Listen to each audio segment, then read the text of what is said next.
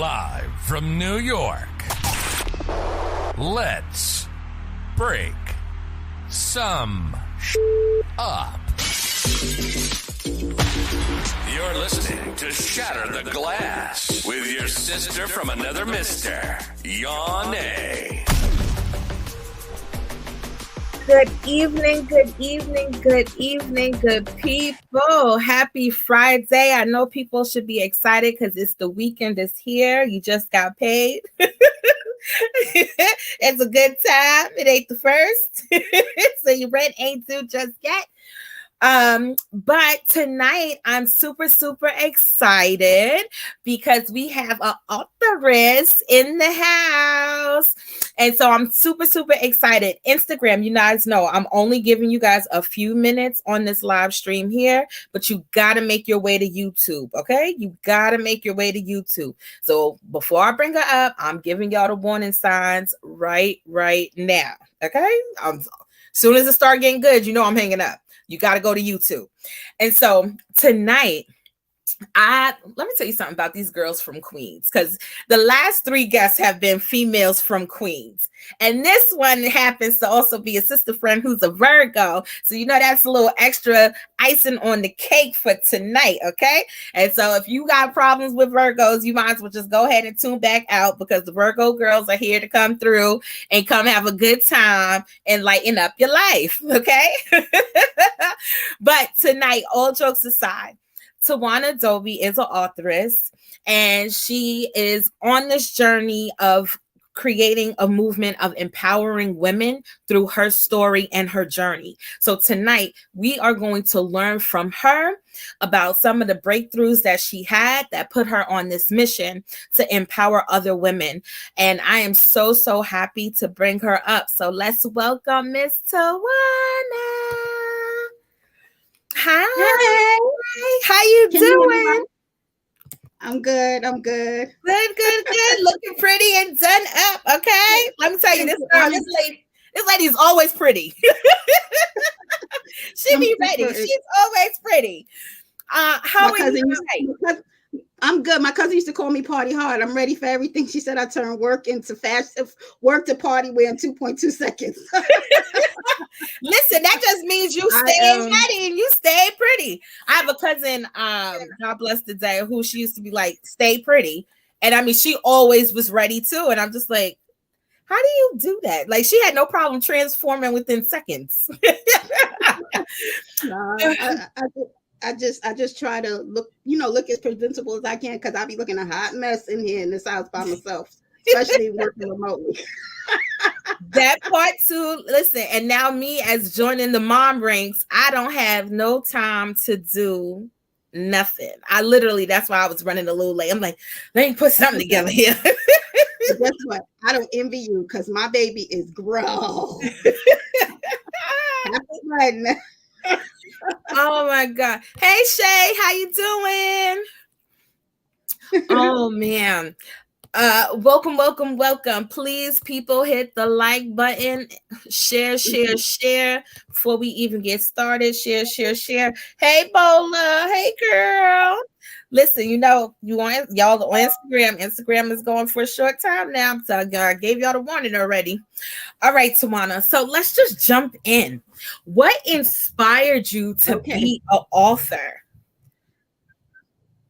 Well, the truth is, I don't know that it was so much inspiration, other than it just kind of happened to me, if that makes sense. Mm-hmm. I've all my life from a little kid, like, my thing was writing. I would just write, journaling, just writing things down. And I find that, like, I have the most to say when I'm in that sad space. Mm-hmm. And so I was in a particularly low space. So I just started writing what I was feeling, whatever it was. And so every now and then I would go back and read certain things, and it would be like, oh my God, how pitiful were you? In your spaces. But it kind of helped me just, how they say data dump, the data dump from your head, just whatever's in your head. I just wrote it out. And then what started happening is, each day I just started writing. And before I knew it, it was looking more like a book, but of course I put it down 50 million times. I've always had, and I don't use this word anymore, but this is how I used to feel before. I had a fear of sharing writing, for people not appreciating it or rejecting it for one reason or another. But I was like in such a low space, seriously. Mm-hmm. And I just started writing and writing, and then before I knew it, it looked like one chapter, and then I just kept writing, and then there was a book, and then of course it was revised going through, because it literally was just journaling how I was feeling, what I was thinking, processing everything that was going on, not even fully at that time that I was writing this stuff really understanding what it was really evolving into, because literally since I've was brave enough to just finally publish it, and I guess we'll get to that when you ask more questions, I realized that the story wasn't for me. Even though I went through it, it was my life, my journey.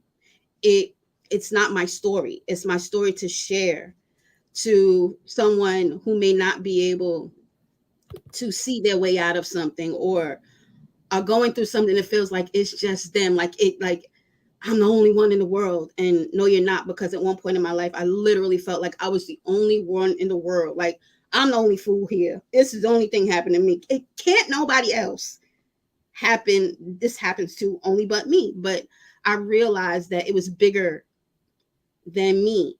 And so I had to step out of myself and just share that story. So let me ask you, with the book, we're going to go into detail about what's actually in this book, but not too much, because if y'all want the rest of this book, y'all need to go purchase it. Okay. But two questions. One, did you self-publish? And then two, at what moment did you realize and say, this is a book? Like, how long did it take for you to realize? Were you writing for like 1 year, 2 years?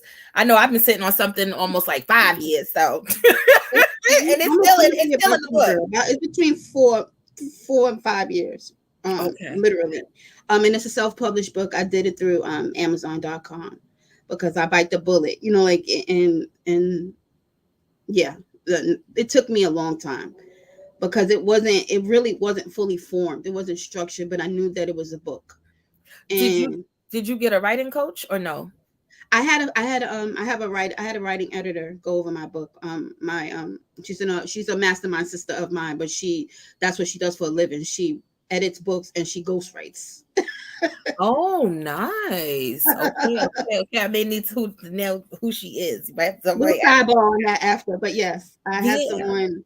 When I felt comfortable enough at first, when I realized it was a sure enough book, I had one of my good friends look at it for me, because just to read it, to see if this is something that could be shared with somebody, if this was something worth even publishing at all, whether if some gigantic, wonderful, big publisher published it, or myself. Like, is this something of substance? Is this something that someone's going to want to read? Is something that's going to help somebody, hold somebody's attention?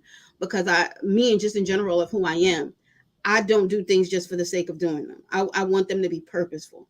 Ooh, wait, right there. That was a glass shatter. Some people just be doing stuff to be doing stuff. No purpose. No purpose. I definitely have to have things that are purposeful. So she read it and she was like, wow, Tawayna. Yeah, this is something worthy. And then of course, even though she said it was worthy, I sat on it for another year or two. Wow. And I actually didn't publish it. I've started writing it in 2018, because that's when my life kind of started to shift, and not in a good way. Okay. And so by the time 2020 came, that's when I was brave enough to publish it. Even and in between those times, I did a little rewrites, because I would, like you mentioned, the Virgo in us. The Virgo is, I want to write it and write it and write it till it's perfect, till it's perfect. It'll be a perfect mess because I'll perfectly never get anything done because I want everything to be perfect. Exactly. I definitely got about 4 or 5 things I'm just sitting on because it's not perfect. Girl, you don't even understand. Yes. So I just literally bit the bullet and said no. So I published it in 2020. I had a plan. I was going to publish it on my mommy's birthday, but I didn't quite get that, because my mom passed away in 2014. But like you just want this perfect vision of what it is, but it's just nothing to it but to do it. Kind of like this podcast for me is just get in here and do it. That was me too. I was attending something and then Shatter the Glass came to me. I told 2 girls and next thing I knew, I was like, you know what? I'm doing it. Forget it. Like, why am I sitting here waiting? It doesn't make sense. And that was also because I was slowly putting myself back into a box of, just stick to education or, you know what I mean? And I'm like, nah, there's more to me than the school life. And there's more to offer. And I want to have some fun. I don't want to put myself in a box. And it's education. I think the education is in many facets. It's not just in the school building. And the truth be told, the children are going to learn because they watch everything that we do. It's the adults that kind of need the schooling. And you get another Shatter the Glass for that. Okay. And that is a fact. All right. So, let's get into a part of this book. Now, I don't know what part you want to share, but obviously, if it started out with some journaling, I know parts of it. I did some research work, and so I know that there was some moments, some sister girl. Oh wow, what just happened here? Moments in it. I probably should say too, it makes me think of, hey Renee, of our conversation too. If you are triggered by anything, people, then please by all means speak to a pastor, a counselor, someone that you trust to help guide and support you, because it can be deep. It can be really deep. Yeah, it's hard to navigate when you don't know what's going on. And of course, we go back to, I don't like to almost put us in boxes in terms of our astrology birthrights, but we hold things close to the chest. Yes. And so as a Virgo, for those who are listening who do not know what we're talking about, we are Virgos. We hold things close to the chest. And so in that seeking of being perfect, right? I was a perfect mess. Yeah, I was perfect, but a perfect mess in terms of trying to please everyone around me in my own way, in some form of fashion. And it depleting me to a level that I didn't even know that I was depleted. Wow. And so I had a few relationships in my lifetime to explain what happens to where this book comes into play, to where it goes to where you feel what you feel. You need to really speak to somebody you trust. I've been in relationships that have been almost likened to vampire relationships. They suck the blood from you and then blame you for being dead. Heavy. That's so heavy. And I'm going to assume, I'm going to put those brothers in a box and say probably a little on the narcissistic side. And I do feel like as women, we all cross paths with people in our lives, even in family members, that could sometimes be toxic, right? Yeah. We love them to the detriment of us. Right. And then the worst part about it is, and when you get into a space of reflectiveness, which this book it's a journey, and it's a reflection and a going forward type of journey, right? So yes, they had I'm making up a word like Don King, whatever, just draining people. They drain you. However, I have to take ownership of my part, because you teach what you tolerate. Stay right there with that. And that goes in the book. Yep. All right, keep going. Like, you literally teach what you tolerate. So I tolerated many things because I was insecure with me. I didn't love me. I didn't realize the value in me. And so I allowed outsiders of me tell me who I was. And that includes well-meaning people telling me who I was. That, that includes, like, when you're growing up, your mom, they try to guide you in the way, trying to guide you to get you the right way. Little girl, sit straight, pull your dress down, close your legs, because you don't want the boys to think that, like those little things are messages that tell us we're not good enough as we are, because we have to straighten up. We have to sit right. We got to cross our legs, cross our arms, close our mouth, listen to, so all of those different things, whether we realize it or not, impact us as adults. Yep.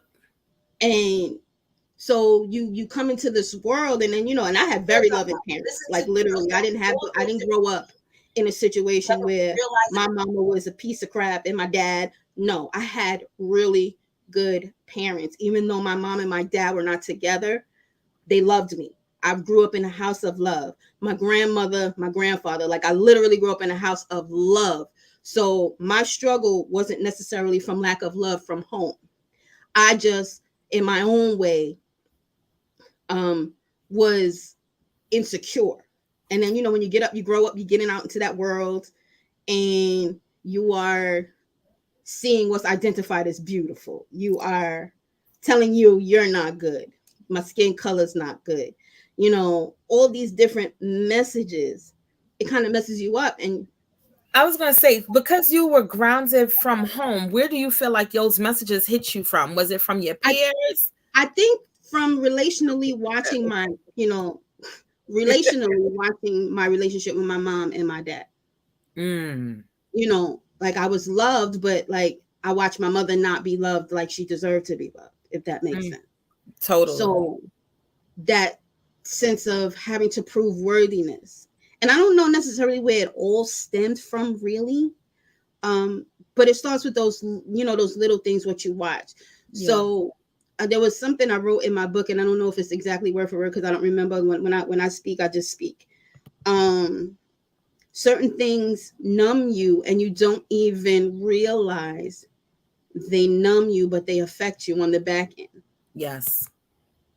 And you hold it in, and then it doesn't manifest until something else happens. And it's like, oh, like all the trauma in the world that you experienced comes up. And then also the back and back to where that might have also come from. When I was a little girl, I was overly developed.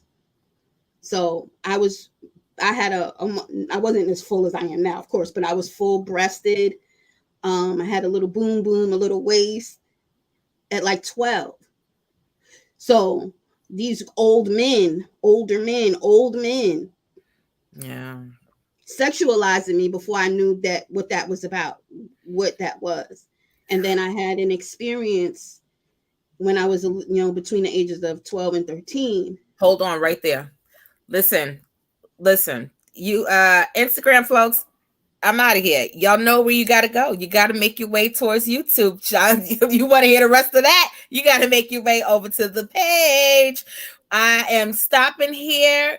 Go over to YouTube, Shatter the Glass at YouTube, Shatter the Glass at YouTube. Like, share, and subscribe, family.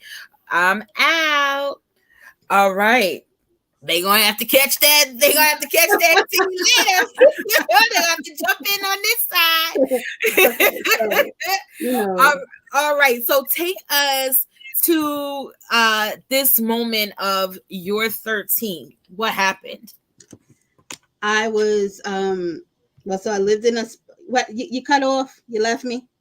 No, I'm here. Oh, okay. So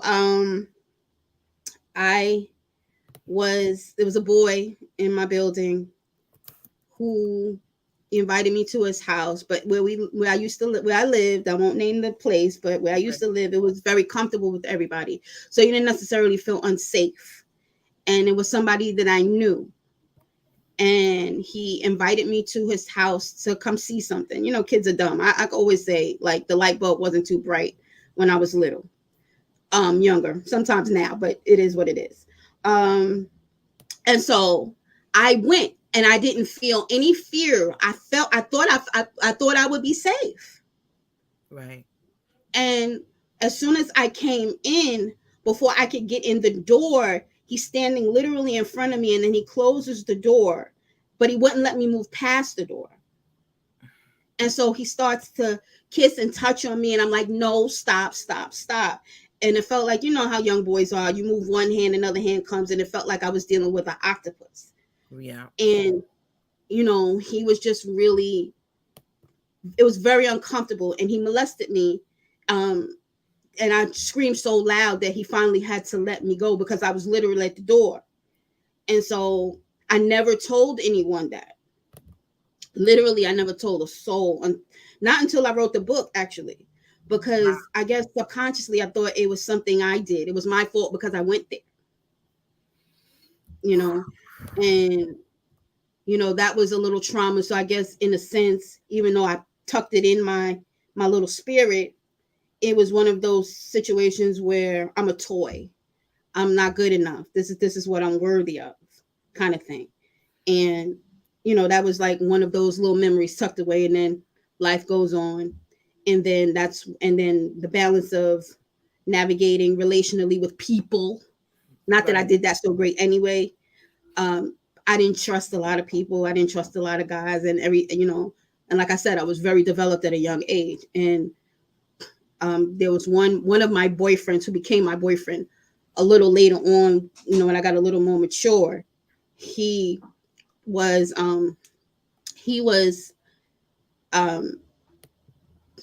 kind of like, if you want to say, a pedophile when you look at it now. When I look at it now, our age difference. Wow. You know, what did he want with a 15-year-old and he's 21? Heavy. You know?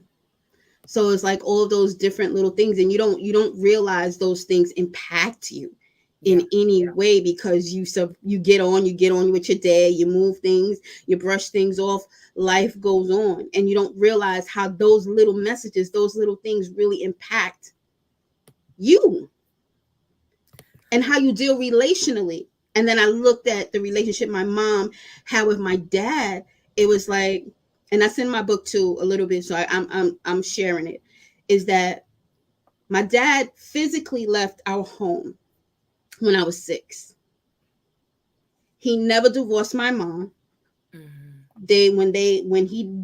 When my father died in 87, he was still married to my mother, and I was 15, getting ready to turn 16.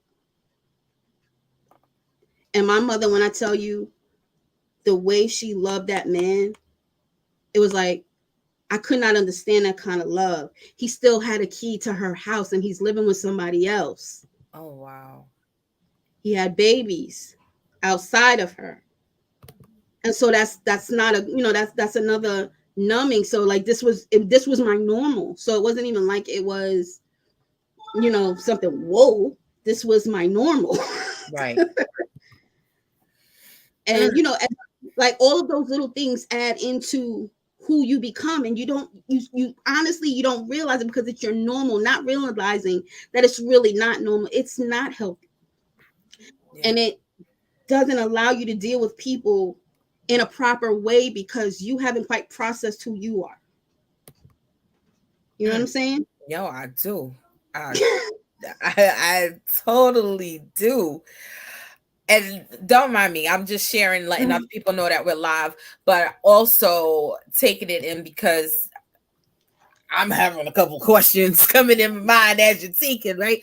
Because I want to know, did you ever go back and have a conversation with your mom about what happened or what you witnessed or how you felt about it?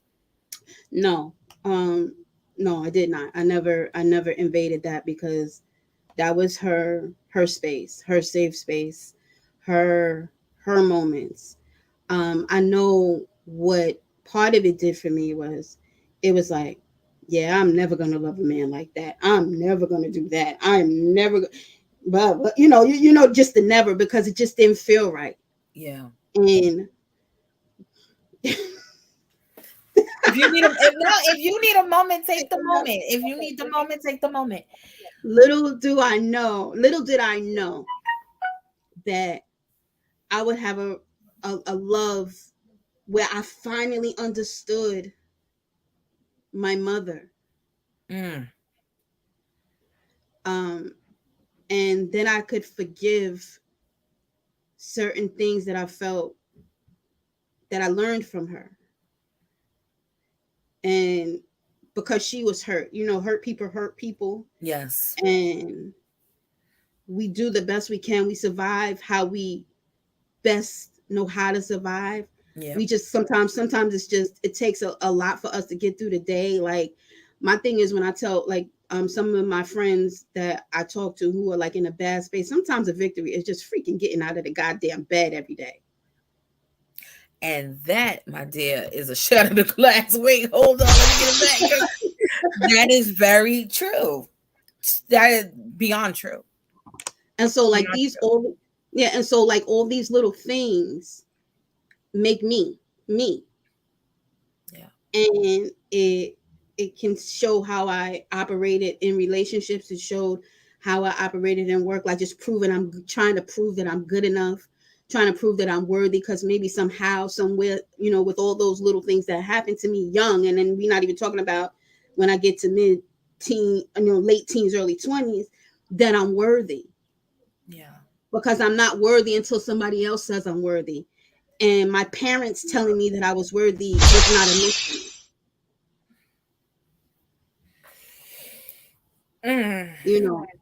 But you don't realize any of that affects who you are in your growth, in your development, how you interact with people, how you deal with yourself, how you feel about yourself, how you present yourself, how you speak. And I was always. Oh, take a moment. Nope. No, I'm just showing, like, this was me. Oh, I had no voice. I didn't have a voice. I was afraid to share my voice.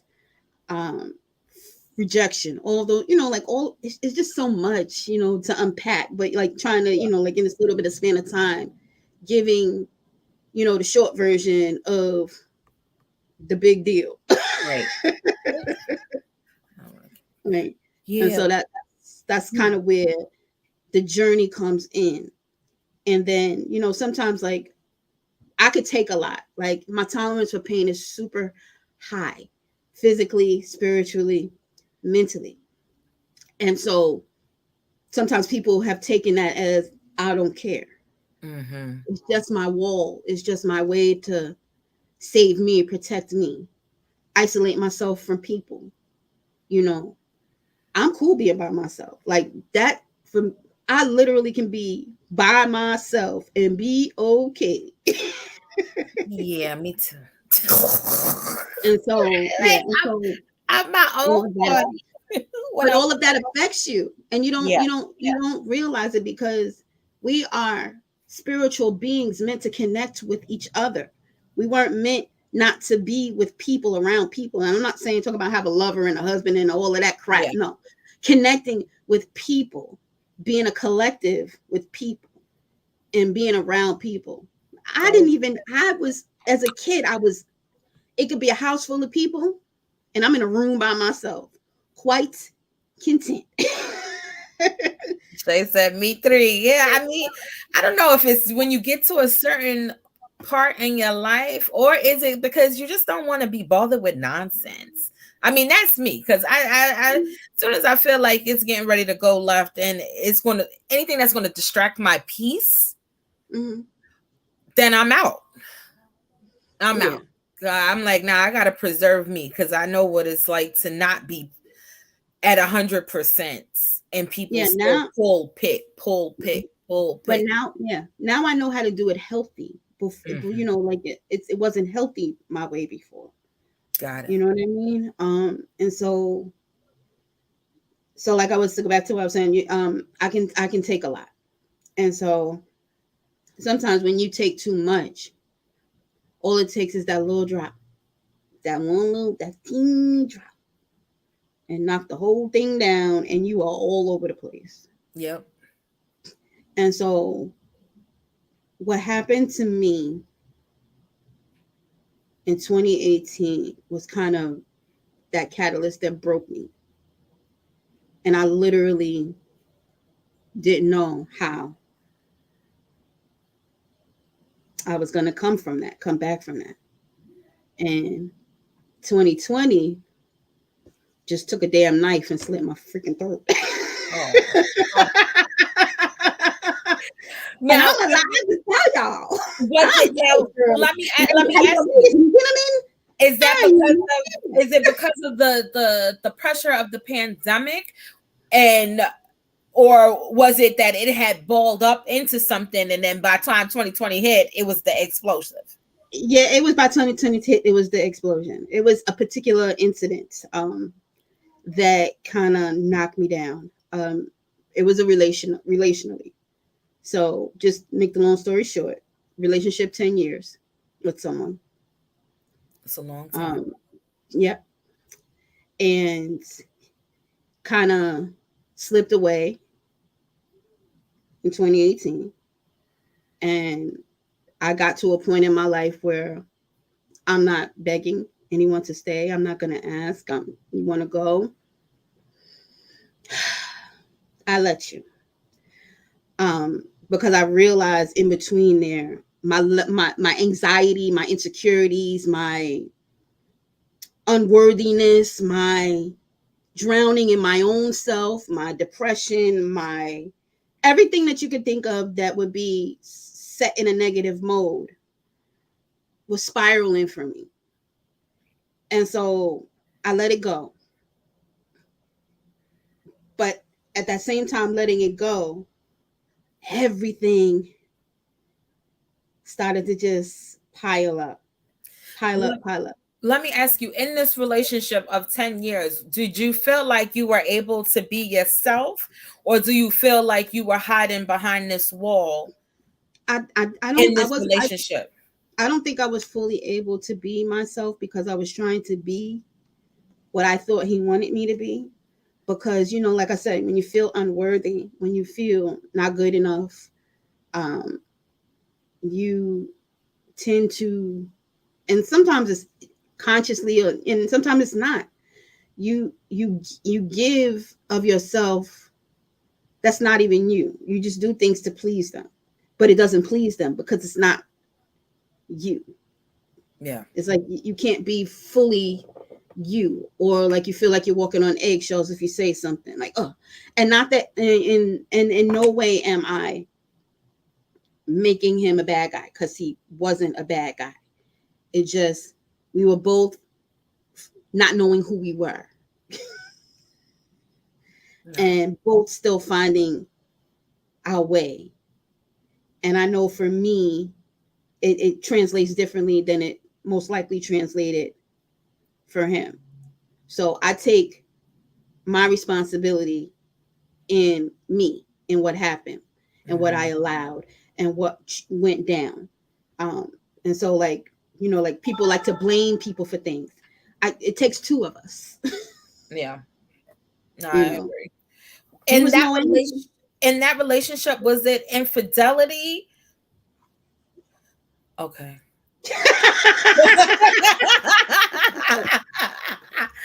I mean, I don't know. Yeah, but I wasn't like, how you do something really stupid, and like I did something really stupid, something that I swore I would never ever do. You went to her house? You say you want to know what it is? Yeah, did you go to her house? I went to see. All right. I have to learn, I have to tell these stories because it's my story and my story is not for me. So I'm sharing, okay, so here we go. So my mama always taught me, when you go looking for trouble, you're going to find what you're looking for. That goes back to now, like where I'm at, your words have power. Your thoughts have power. Words are spells, prosperity, and that's what you bring into your existence. So if you think about something long enough, you complain about something long enough, you go search for something long enough, and you're looking for that particular thing, you're absolutely 100% gonna find it. Yes. So don't go looking. Don't go out. And for the ladies who are listening, don't ask questions you do not want to know the answer to. Like, seriously. Yeah. You got to be prepared to hear the good, and you got to be prepared to hear the not so good. You got to be prepared for all of that. So back to what I did. Okay. So I found something that I shouldn't have found. It literally happened. It came in my lap. I didn't go look. In this particular part, it happened to me. But I investigated, which was what I should not have done. And I made some calls. Lord. And let me tell you something. Let me hold on to my chair. Let me tell you something. Let me tell you something, honey pop. That's when I knew in my spirit that it was over before it was actually over. Because I did that. That was something I never would do. And I always believe when you have to do something like that behind the person that you're with, then they shouldn't be the person you need to be with. Yeah. Yeah. But you don't see that. And so that was my sign. And that was the first time I ever acted a damn fool like that. I was like, oh, I was so ashamed of myself after I did it. Who did you call, Tawayna? Who did you call? Was it the job or the girl? All of the numbers. I did a mess. Oh my God. I'll tell you. I'm not even lying. Oh my God. You. I bought a special phone to do it. Oh. I lost my mind. I totally lost my mind. That's why I knew in my spirit that it was, but I wanted, like when you love somebody and you just want something so bad. Wait, you don't think wait, no, we go and marinate on that for a second. You went and got a separate phone to call all the numbers. Mm-hmm. All right. I bought a whole new account. I had a whole new phone. Did you call as yourself or did you make up a personality? Now I want to know. Like, was you straightforward? Like, this is Tawayna? No, or... it was me. Mm-hmm. Oh, okay. I just didn't want them with my real number. Got you. Makes sense. And then I made sure I text them all and text him in the group chat so he saw it. Oh my God. Oh my God. Oh, another question. Did you guys live together during this relationship? No, Were you guys living together? I couldn't hear you. I'm sorry. Were you guys living together? Mm-hmm. Oh God. So what does that look like when you come home? Oh my God. He didn't come home for 2 days. Oh my God. Which of course would make you even more mad because now where have you been for the last 2 days? Where he was that day I sent the message. But I knew. You know how, like, okay, so that you know what you know and you know what you know. It's just a matter of she said you got better detective skills than her. Acknowledging it.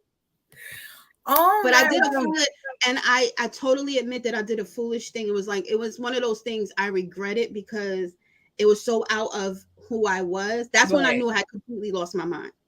That's when that level of insecurity that I speak about in the book was at its peak.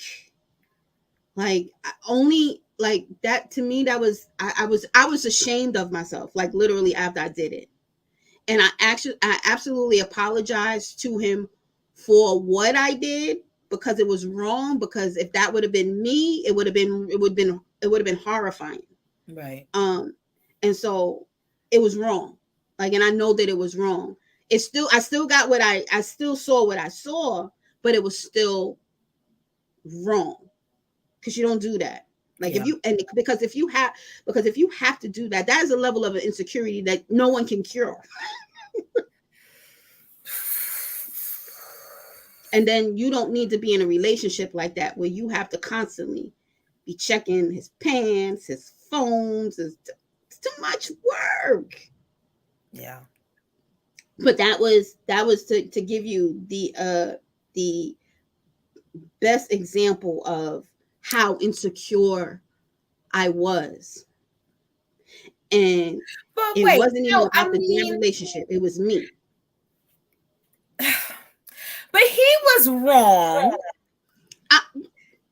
Yes. And so I don't want you to jack all of the insecurity on that, because while jumping off the bandwagon, getting a new phone and calling everybody around on this roster here, that might have been out there, but he still did wrong. He did wrong because he wasn't true to the relationship. I know, I agree with that. I just have to, what I try to do when I tell the story is, put it from my perspective. Yeah. And it's me. That's my way of processing, and taking ownership of my role in it. By no means is he exonerated. He is as guilty guilty can be. I just try to take it from a different view. Yeah, no, absolutely. I get that. I mean, that's the mature thing to do. I will say that. Because it was your fault. It was your fault. You know what you did. But yeah, I would have had to get that phone if you didn't do what you did. So all of that kind of played into that crash. Yeah. And then it comes to that book and writing the book, and it's just whoo. And now, it was healing. Does he know you wrote? Does he know you wrote a book? I don't know. Okay. So I think prior to my solo book, excuse me, I'm sorry. I did my first little writing. It was in a collaboration called "Girl, Pick Up Your Crown." And so that was basically, a short story about just resiliency. Mm-hmm. And so I don't know that he's seen, this book or whatever. We haven't spoken. Okay. But I don't really get too much detail in the relationship. I didn't even that particular phone story. This is only on here. Got it. Oh, so we got an exclusive. Because it's a comfortable conversation, so I could just flow to give context to what somebody might read and be like, "But what happened?" Yeah. And so what happened? No, go ahead. I'm sorry. What happened was when I was in that state of lowness and just like feeling like I was falling apart, because it was now I'm dealing with, it's a culmination of things, life happening, depression, older relationship, because I'm a big reflector, so I'm looking at, tired of these failed relationships, tired of these people that I'm giving my time, my heart, my love, my space to, and it's not working. Then they 2 weeks later find somebody else, and then all of a sudden it feels great, but I know it's not. But at the time it doesn't seem that way. Everything's so great for them and my life is shitty. Then my mom, excuse my language, my mom passed away in 2014. She was sick, so like all of that coupled into that one moment, it was just, it broke. And so I was like I was spiraling out of control, and I kind of was like, I was going to lose it. And I didn't know what to do, how to do it, who to talk to, because I couldn't, I just didn't feel comfortable with telling people what was going on in my life. I really didn't talk to my best friend. I didn't even talk to my sisters about a lot of the things that my brain conjures up and what so happens. And so it just took me to another place. And then what really got me, there was a podcast, as a matter of fact. Her name by Shannon Yvette. She's like a spiritual leader, guider. Mm-hmm. And she was having one of those talks with a couple of guests, and she's one of those who, women are worthy, you are worthy, that was always her theme. You are worthy. And she had a guest, and that guest was talking about some things I don't remember, but I like to write things down. Like I literally got notebooks full of stuff. Like me. Like me. And then she said something that really hit home. And she's like, you don't know what to do? Just start. And it sounds so simple. Yep. But the start was stop talking and act tenaciously.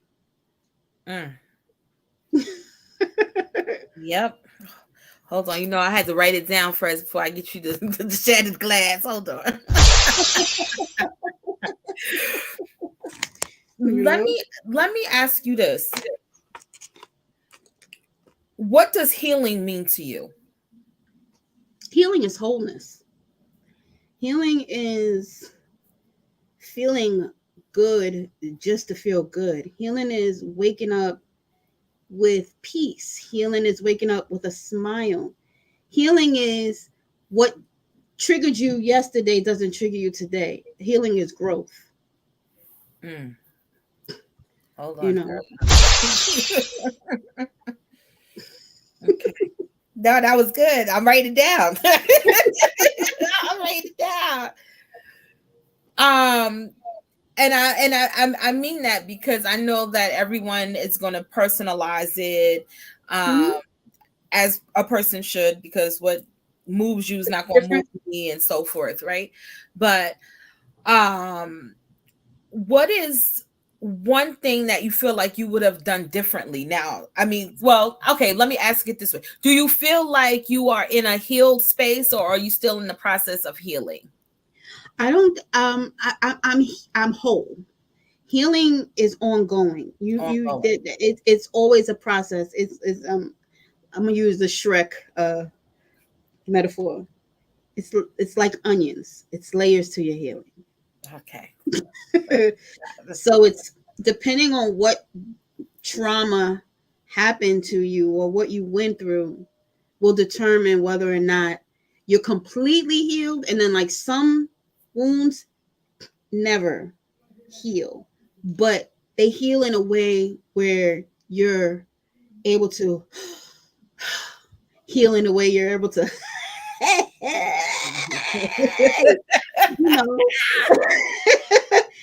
and healing in a way where you're just able to say, yep, I'm here today.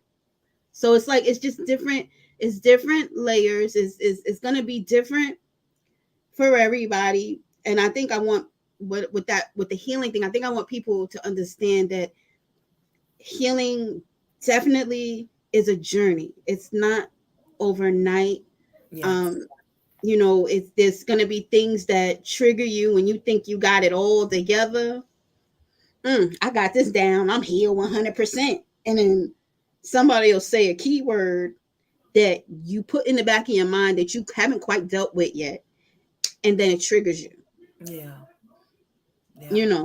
And it doesn't mean that, some people are like, oh my God, I haven't healed. No, it's just another layer. Yeah. It's literally just another layer of your process. You just got to remember where you came from. So, okay, that hurt you, but now you know how to deal with, now you start to learn how to deal with them as they come, triggers as they come, because you can handle them, because I got through the worst part of it. Right. Now it's just managing it. So then let me ask you this. What is your mission behind this? Like, what do you want for your book to do? I know it's to share the story and stuff like that, but I feel like there's such a big mission that comes behind this book. And by the way, please state for the record the title of the book, because I don't want people I want people to go get this book. It's called Just Start. Just Start. You got girl power because of God's power. Just Start. You have girl power because of God's power. I don't know if you can see it. Yep. Yeah. Yeah. Yeah.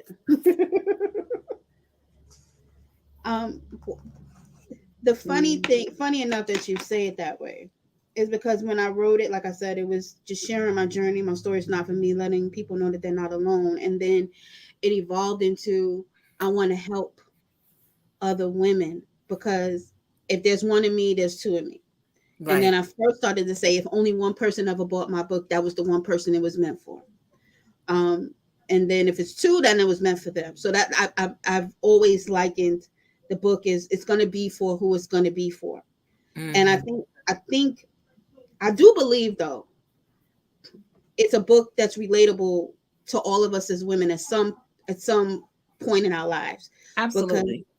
Because, because we all have, from the high school dropout to the PhD, we all have moments of where we're seeking approval of some kind from somebody. We feel insecure, we've hit a plateau, or we don't know what to do. We feel lost. We've experienced our voices being silenced, and we don't know who we can turn to. We suffer from depression because we are everything to everybody and nothing to ourselves. And when you're nothing to yourself, you can't give to yourself because you don't know who you are. Some people, like I was a teenage mother, so I had that experience of being young, a teenage mother, a statistic, a single mother, another statistic, and, raising a kid when I'm a kid, not knowing shit about life. And excuse my language if this is, No. I don't think YouTube is gonna give me a strike for that. Okay. I've been seeing other people going off on these pages. Yeah. But one never knows. Right. Not knowing about life. Yeah. And, so I felt like I was failing as a mom because I didn't know how to be a mom. Mm. Then I felt I failed as a woman because I sucked in relationships. Then I felt I failed as a daughter because I felt I didn't live up to the standard that my mother set for me. So I'm operating in all these, in all these planes of feeling unworthy. I'm like, no, I am. Yeah. I am. I have a voice. And so there are a lot of women, and especially now in social media is big. And, some people use social media to like all their business when they're sad and happy. And I've realized there's so many women, men too, but women, because I can relate to women more. I have empathy for the men, but I can relate to women more. Right. So I never want to take away from men because they have their same struggles that we do. It's just on a different level. Yeah. I'm like, wow. Some of us don't know who we are because we're so defined by what society says we are. And if we don't abide by that, we're nothing. And it's like, for me, it was, I got to do something. Like my spirit is saying, I can help somebody, I know there are people who are in the world, like the Tony Robbinses, the Eric, ETs and the Inyanyas and the Lisa Nichols in the world, but Tawayna Nicole can reach who Lisa Nichols couldn't reach. Yes. Or Eric Thomas couldn't reach. Tony Robbins couldn't reach. In helping them see the value in who they are. Yeah. And simply loving yourself. Sometimes simply loving yourself is the hardest part because we can love everybody else. We see the beauty in everybody else because I used to see the beauty in everybody else and didn't see my own beauty. I can see the person who was smart and intelligent and a gift for words. Like I'm always like, oh my God, I wish I had the gift of speaking, or I wish I had that vibrant personality, or I wish I had that magnetic situation. How some people, when you walk into a room, you just walk into a room, you have to say nothing but your presence is felt. Yeah. Those kind of things. I used to see people like that, and envy is a strong word, but kind of like, okay, a little bit envy. No, I didn't have that. No, I'm glad that you mentioned that though, right? Because I feel like as women, we have it can go either way. It could be I can see the beauty in other women and shy back and Mm-hmm. say, damn, I wish that was me. Or you could be the woman who sees that power in another woman and then you become a hater. And so, right? And it makes you bitter. And so then, you're beefing with this lady that you don't know before you even really get a chance to know who she is. And I Right. feel like sometimes as women, we go either way, but we can get caught up in that trap very easily. Like I've had a few females tell me, like, I was mad at you. And I'm like, about what? And they were like, because you said this or you did that. And meanwhile, it had nothing to do with them in particular. It was a viewpoint. You know what I'm saying? And I'm like, you've been holding on to that for this long? I didn't even know you was mad. Like you know what I mean? And it's like, because we didn't have the conversations. Right. Now you could be over here being upset with me and I don't even know why. And I'm like, girl, what's wrong with you? And then it turns into something for nothing. Yeah. But it goes back to what I was saying. Like, excuse me, I'm sorry. I don't know why I'm doing this live, but it's just acting up here. Technical difficulties. It's all right. Sorry about that. No, wrong one. Oh no, Tawayna, I can't hear you. You muted. Can I unmute you? Yes. Oh, I think we both hit the button at the same time. Let me see. If you can't do it, I'll do it. I got it. Can you hear me now? Yep, right. I can hear you. It's all of it when it comes to those kind of things, it's just rooted in insecurity. Yeah. Whether we are afraid to admire or we are in levels of hate, it's insecurity. It's just a form of insecurity that we don't acknowledge. I like Nas because Nas said it's confused admiration, and he another Virgo, so I felt needed to say that. But no, it is a true journey, and we had another speaker, Coach Donna Hicks Izard. Her interview might have been number 3 or 4. I don't remember. People, you guys can definitely go back because that was a good one. And she coaches all around identity. And so actually when I made the post about holding this women's empowerment event, I definitely, like, she's always one of the first people that come to my mind because she really gets in deep with everyone of, yo, love on yourself. Figure out what you want to do, who you want to become. And, you start working towards those things and becoming at peace with you and not with everything else that's outside of you. Because that's the inner work that needs to be done first. And so, I think about that and I feel like how many times we don't have that conversation enough with our young girls, our teenagers, who are definitely growing up through the Instagrams and the Facebooks. I've seen some weird statistic, like so many girls are being more self-conscious and actually even leaning towards suicide because of what they feel like this beauty standard is and trying to live up to something that they can't, because first of all, with all these filters, I always tell the young girls anyway, all these filters, especially now, that this is not even real. Like I don't want to do that in the book in terms of insecurity, the beauty standards. Because I'm looking, I don't like the term BBW. I'm a fluffy girl. And I go up, I go up and down weight. I go up and down in weight. And so I've been in relationships where, the men, they are attracted to the bodies that I don't have. And then I'm looking on social media, and by virtue of, secondary jobs, how do I compete with that? Yeah. You know what I mean? And so I know if a grown woman feels inadequate about what she looks like, Yeah. a young impressionable girl is dangerous, and that's part of one of the reasons why I want to, like, be able to get in there. I don't know what that is. Sorry.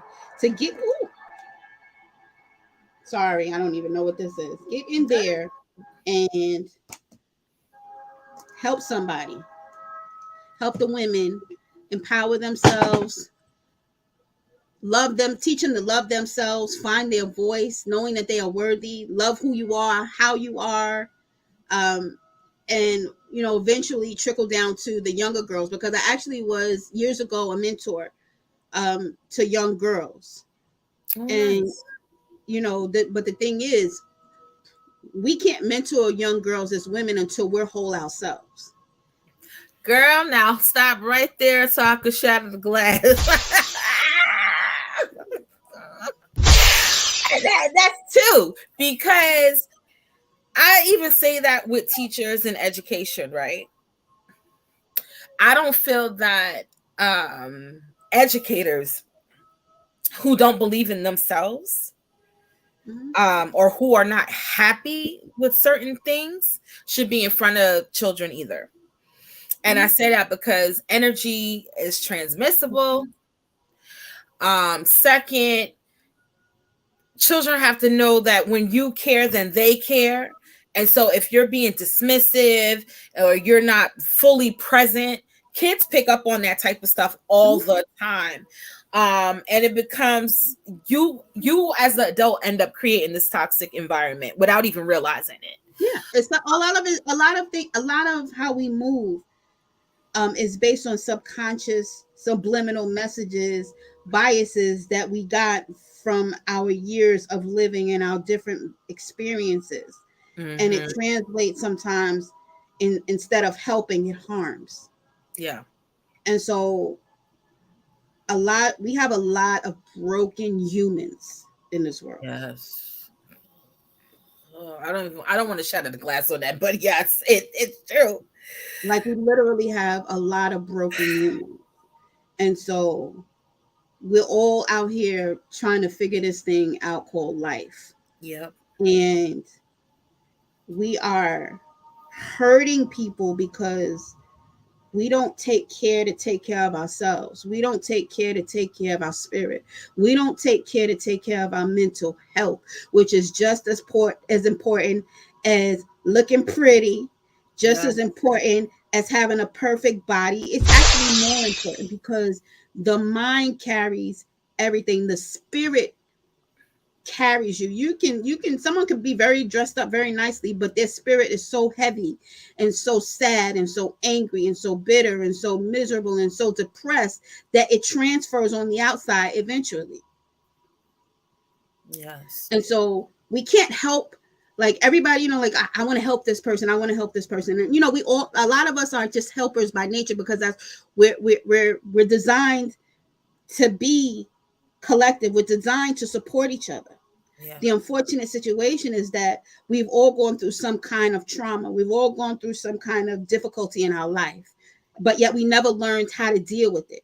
So we can't really help people until we realize that we ourselves need help, that we ourselves need guidance, that we ourselves need to look to something beyond ourselves, get ourselves straight.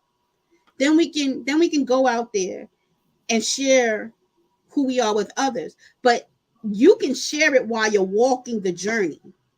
But if you've never even begun to try to fix yourself, you can't just go out there and say, "Oh, I know what's wrong with you," but what's wrong with you? Yeah.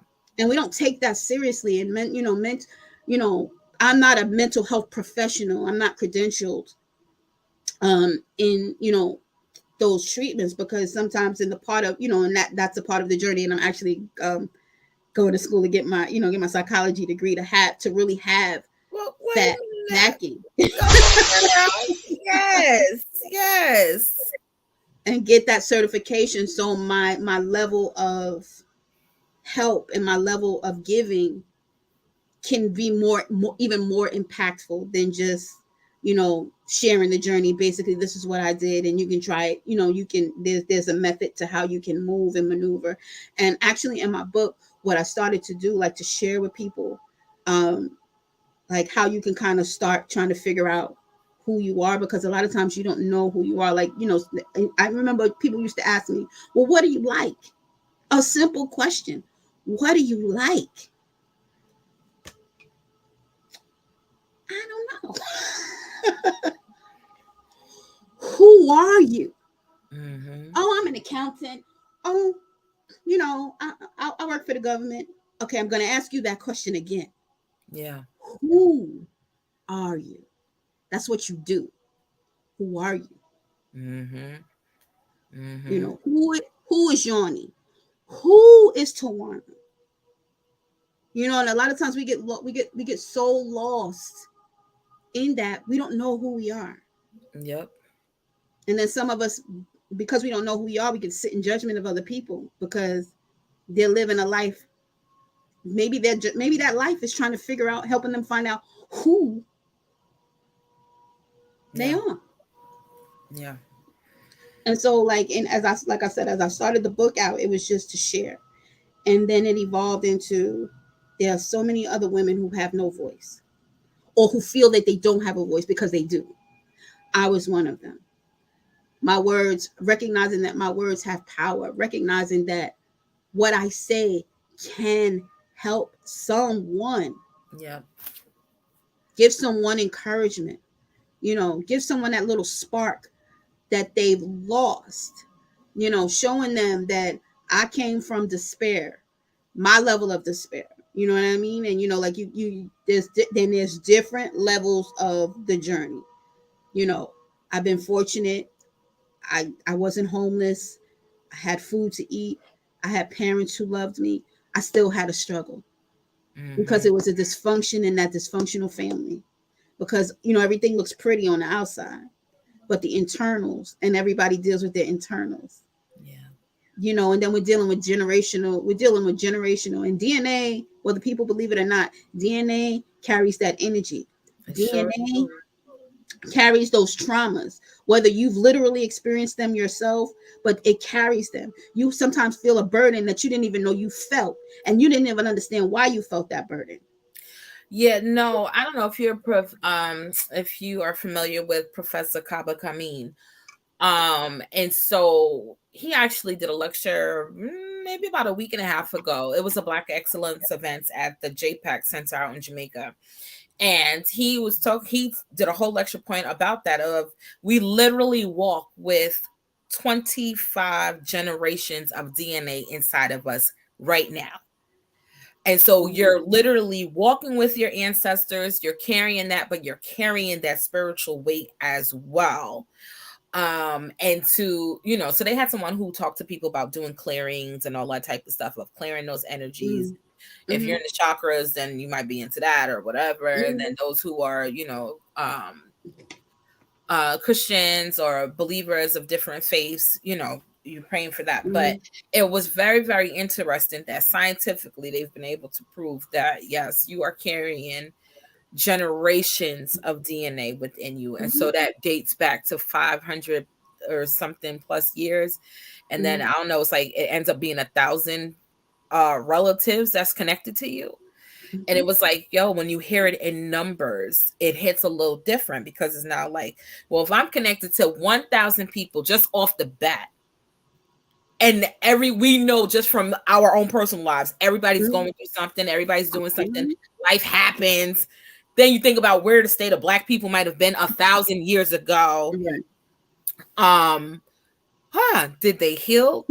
Am I carrying that weight? Is this generational curse? Like, as I feel like the Black community, we say generational curses a lot.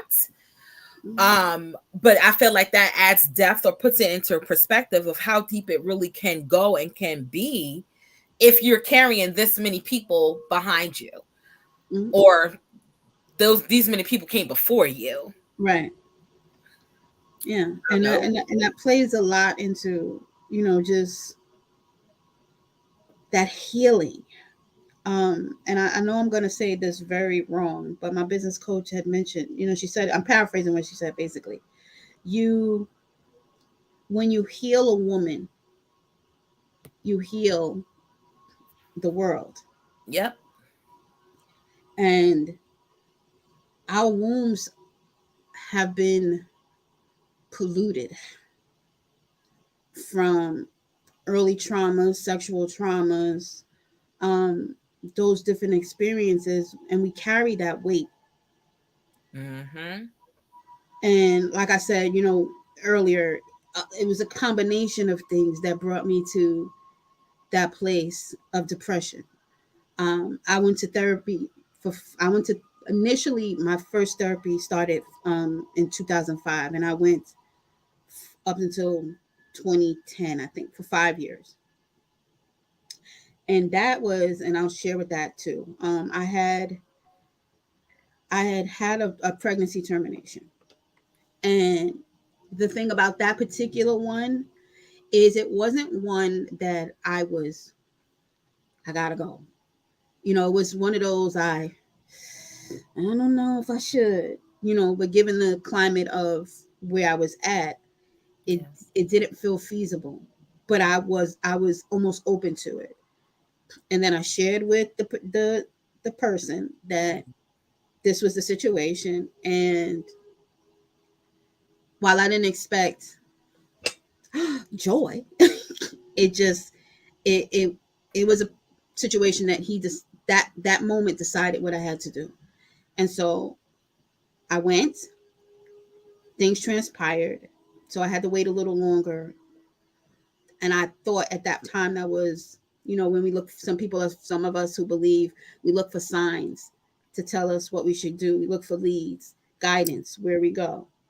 And so initially I thought that was a lead to say no. But in my humanness, living in the physical in the situation, and not wanting to deal with being another single parent again, because I felt my son had a disservice in me being a single mom and a teenage mom. Even though I was an adult, I didn't want to do that again.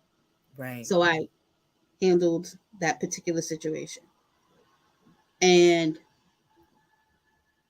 I regret it. And when I went to, I think I went to church. That's when I was regularly going to church. I don't subscribe to organized religion anymore. But I was at that point, when you're seeking because you don't know who you are. You go in different places to find it. So I was sitting next to a lady, and she was reading the Bible, and she just shared it with me. You know how people, when you sit in church, they did read something, they're gonna share something to you. And I promise you, I can't tell you what passage it was or where it came from, but it spoke to exactly what I did. And I just started crying. And the lady didn't even know what the poor lady. She don't know what she just unleashed. I mean, I was hysterical. The lady didn't know what happened. Just sharing, like just innocently. Mm-hmm. And that was like, okay, that was another point in my life where the wheels started to knock me out. But but to share with you, like, I know I'm talking in pieces, everybody, so I apologize. That's how I tell things come to me. She said shatter that glass. That was what happened? I don't know when it came in, but I just now see there. She was like, shatter that glass. I don't know what part. Shane, put in the chat. What part was I supposed to hit? Let me down back. What part caught you, girl? Let us know what part caught you. Okay. So it's a lot, you know what I mean? And so yeah. And it comes in pieces. And so with that was another added layer that threw me into a spiral of a depression. That was the first time I was ever actually diagnosed with depression. Wow. When I went for therapy, because I didn't know before. I was just dealing with life and feeling woe is me and feeling like I'm the problem. What's wrong with me? Like, just what's wrong with me? Why can't I get it right? Why can't I do it right? What's wrong with me? Why does it always happen to me? Like, why? And when that happened, that was that particular a feather on that particular situation that made me go to therapy. Yeah. And funny thing, I was working through therapy, and then the relationship that lasted 10 years came into that play in between on it, on the back end of that. And I would start to share my paranoia with her, and she would tell me, talk to him. I can't, he's gonna think I'm crazy. Just everything. I worked therapy, but I didn't work therapy, if that makes sense. Like I got past certain things, and that's why I'm also an advocate for therapy, like real therapy with a licensed therapist, a clinical therapist, because they can definitely point you in the right direction. And I know my therapist, she wasn't that one who would be like, well, how do you feel? How does that make you feel? No, she was that one that when I spoke and I said the things I felt, she made me honestly process it. She made me really think about, well, now, what did you just say? And then because sometimes my communication, I'm talking and then something hits me and then I say something else and I just going off like I'm doing right now. And she was like, well, you said this. So tell me, what is it about that made you do that? Mm-hmm. And so it points it back to me, accountability for my thinking, how I'm reacting. Yeah. And guiding me through that, like giving me little exercises to do. Breathe when you feel anxiety, take a minute. She's the one that actually began to teach me not to beat myself up, because the world will beat you up enough. Yes. That is, hold on, I'm going with it. Yes. So let me ask you this. What advice? No, before I ask that, because that's my last question. Mm-hmm. When is the time that you feel that you have shattered the glass? I think when I shattered the glass over my life is when I began to recognize my worth. And in writing, even when I wrote the book, honestly, I was just sharing, and I didn't fully recognize my worth.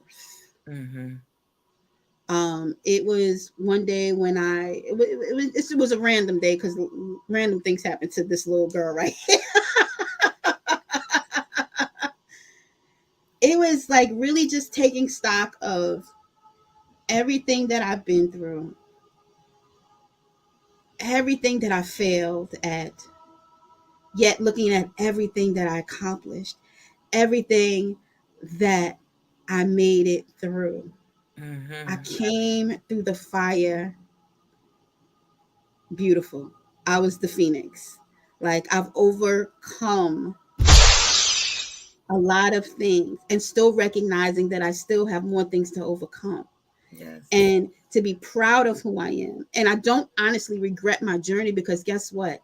I had to go through all of that to get to this moment right here, talking to you, sharing stories in between, and talking about the book, and talking about healing, and talking about elevation, and talking about helping and healing.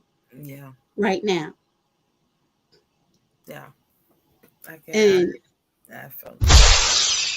and it's the truth. Like that like every step we take, whether it is positive or negative, brings us to a place in our life of elevation. So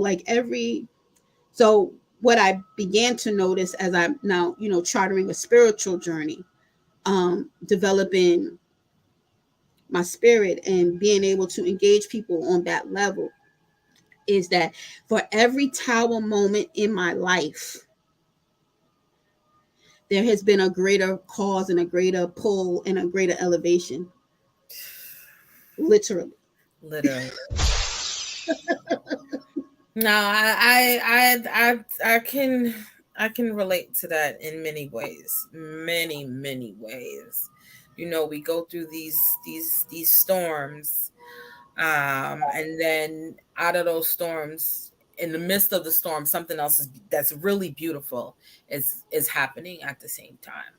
And so it's it's that life balance. It's that, part of the journey. I don't even know other words to put it at this point. Just part of the journey. That's why my journey is called the gem journey. I discovered the gem in me. I discovered the power in me. I discovered my voice, and it's my turn. Yes. To share with someone else, to bring them aboard to the gem journey, to discover the gem within herself, to know that she can be unapologetic, to know that she is worthy, to know that self-love is the most powerful love, but actually God's you're created in love. You're God in manifestation, because God is love, and by your very presence. Yes. Yes. 1000% agree. 1000% agree. And I feel like some people get lost in that because I mean, I grew up in the church and stuff too, but I also grew up Rasta. So I have a lot of different layers to my belief system. But I do believe that, one, we're all created in a purpose, and that, two, if we are here, it is meant to do something.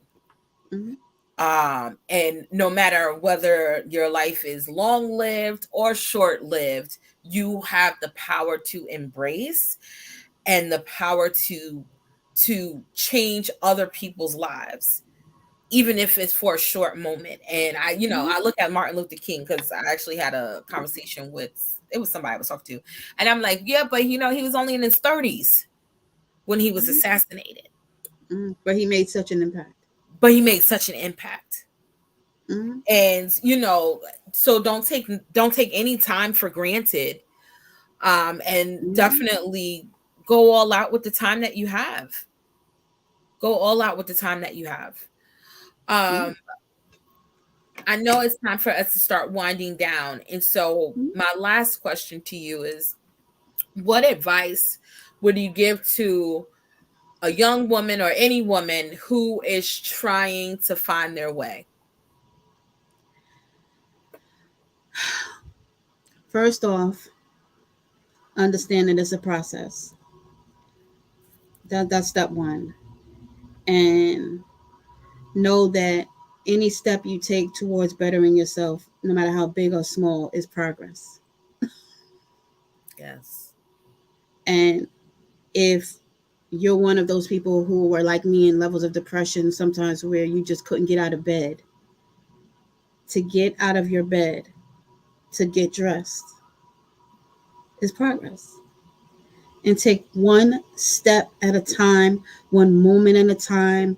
Give grace, and that's usually the hardest part, because I have someone that I have been mentoring along the way, and her greatest struggle was forgiving herself and giving herself grace through her journey.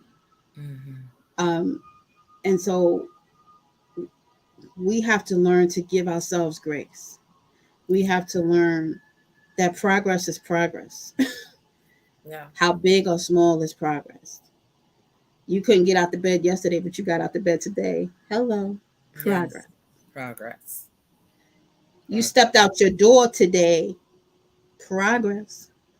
You completed one cycle of action. If it was washing the doggone dishes that you had in the kitchen for a week, progress. So the main takeaway is love yourself, forgive yourself, give yourself grace, and one step at a time. And just be tenacious and just don't give up. Yes. Yes. Woo. This was good. This was good. It's a lot. I had a mouthful. No, and I mean, it happens. It happens. It's a process. Yeah. I want to thank you so much for sharing your story with us tonight, and for stepping out into this space of motivating other women to feel empowered, to be empowered, and to, I love that, give yourself grace on their own journeys and process. And so I look forward to part 2s of the book and all this other good stuff that's getting ready to come along. Yep. Look out for the gym journal. Yes. She said, where do we purchase the book from? The book you can I have the book on Amazon.com. Amazon. You can get it from there. Oh, I have it too, but Amazon.com. That way you can put official reviews. Yes. And so, matter of fact, while we say that, let me try to. Oh wait, hold on, Renee. Let me take Renee down. Let me make sure that we get the title of the book together here, and it's Just Start. Yep, You've Got Girl Power. Ooh, I don't know. My computer just stopped me for a second. Just Start. You've got girl power. You got girl power? Yeah, you've got girl power because of God's power. Because if you put in Just Start, it's going to give a whole bunch of just starts. You got girl power. I don't know if you can see this. If they could do the QR, the QR code will put you to the link. Can you see that, Yoni? Yeah, I can see it. Let me see. Let me actually zoom you in so that they can get a better look at it. If you could scan it, it'll put all my social media stuff and it'll link you to the book. Yes. So take a screenshot, y'all. You have girl power. No, you're good. Okay. Because you got God power, and I think I got it. I'm just trying to get the banner together. No problem. This has been a very wonderful experience. I really enjoyed. Thank you. And I hope everyone who was listening got something of value, because I don't want to do anything that doesn't provide value. Yes. I want to give substance of some sort, not just to, just to get all cute. Listen, you got cute for a purpose, okay? Yeah. I really do appreciate it. Yeah, I wanted to share something really quickly. Sure. That the journey that I do now, just to share, like it's also important to have affirmations, affirming yourself, affirming who you are. And so I have like a book every morning. It's my own personal notebook. It's full already, that I date and I write who I am every day to myself, what my day is going to be like. Yes. So like, for example, it's like, I feel free. I am safe. I persevere. I am everything I say I am. I'm a woman of value. I'm a woman of substance, and so on and so forth. So, it's, you want to affirm yourself every day in some form of fashion. And then my favorite one that I use is, I now smash and demolish by my spoken word every untrue record, because they came from my own vain imaginings. I now make perfect the record through the Christ within, or the universe within, whatever you choose. I now make perfect record in my life, the record of love, peace, wealth, health, and perfect self-expression. And I didn't make that up. I got that from, oh God, what was her name? Oh God, I forgot her name. Okay, but it's from The Game of Life. I will give Yanni the book name and she can share it on the back end. Yeah. But that really has helped me with my self-talk, affirming myself. That's one of the things I say every day, but I write different things every morning, how I feel like I'm powerful today. The universe loves me. I am safe. Yes. I am everything I say I am. I am in gratitude for the day. Those kind of things, those help as well in the journey of getting yourself to progress, because you got to believe in you before anybody else. Absolutely. And that's the God-given truth. And I feel like affirmations is everything. Well, I'm trying to get the last comment up, but for whatever reason, Thank you. Lauren Scovin. Oh, yes. Thank you. Yes. Organically Me, we met at the event that I was talking about. Awesome. And I want to have her on, yes, because she makes some really good body butters, ladies. Oh my God. Well, I love body butter. Oh my God. They smell like heaven. Literally. And so I'm not big on, like, I don't shout people out unless I know the product or experienced it. And when I had it, I was like, this is good. Like, this is good. I'm like, you made this? Because this is good. And so yes. Oh no, wait, it's Ade. Oh, hey, Ade. Because the lady too. Oh, well, hey, I think that's her name too. Oops. Well, she still got good body butters. I'm like, hey, Ade. What's up, Auditoro? How you been, girl? Again, I just want to thank you for sharing tonight and for pouring into others, and definitely making space and giving other women the confidence to come forward with their own stories, and to seek any type of support that they may need. Yeah. You know what I mean? It's super, super important. All right, y'all. I hope y'all too have enjoyed. I am live again on Sunday at 7:00 with Lachey. And we're going to be talking about some educator stuff and being an educator on the global scene. And Adatoro, I believe, are you back from Korea? Also was a person that was teaching abroad. I love abroad. I just want people to realize you do not have to be stuck in America. Like, if you don't want to, the world is big. The world is big, and a lot of countries are looking for educators from the States to come over and do some good work. So you just got to find the place that suits you. That's all. Mm-hmm. And that pay them bills. Okay. All right, y'all. Everybody, it's been so much fun. Tawayna, again, thank you. Thank you for having me. Yes. People, don't forget, hit the like, share, and subscribe button, please. That's how we build up the channel. Oh, she said she forgot now. That's all right, don't forget to hit the like, share, and subscribe. Let's get this channel up, people. It's been good content all the way throughout. Again, Tawayna, thank you so much. I'm going to have you go down in the studio for me 1 second. All right, people, listen, make sure you tune in on Sunday. Also, if you know another person who is adding good flavor and spice to our world, please share them with me or have them go to shattertheglasspodcast.com, where they too can register and we can have an unfolding conversation, because I definitely believe that we are all created with a purpose and we all have something to share and give of value, right? And so for the person who may be feeling like, I'm not sure or I'm nervous, I promise you, I do not bite.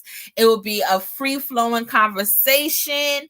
Your family here once you enter my space. All right. So everyone, please, by all means, have a lovely evening, a lovely weekend, and don't forget to shatter the glass.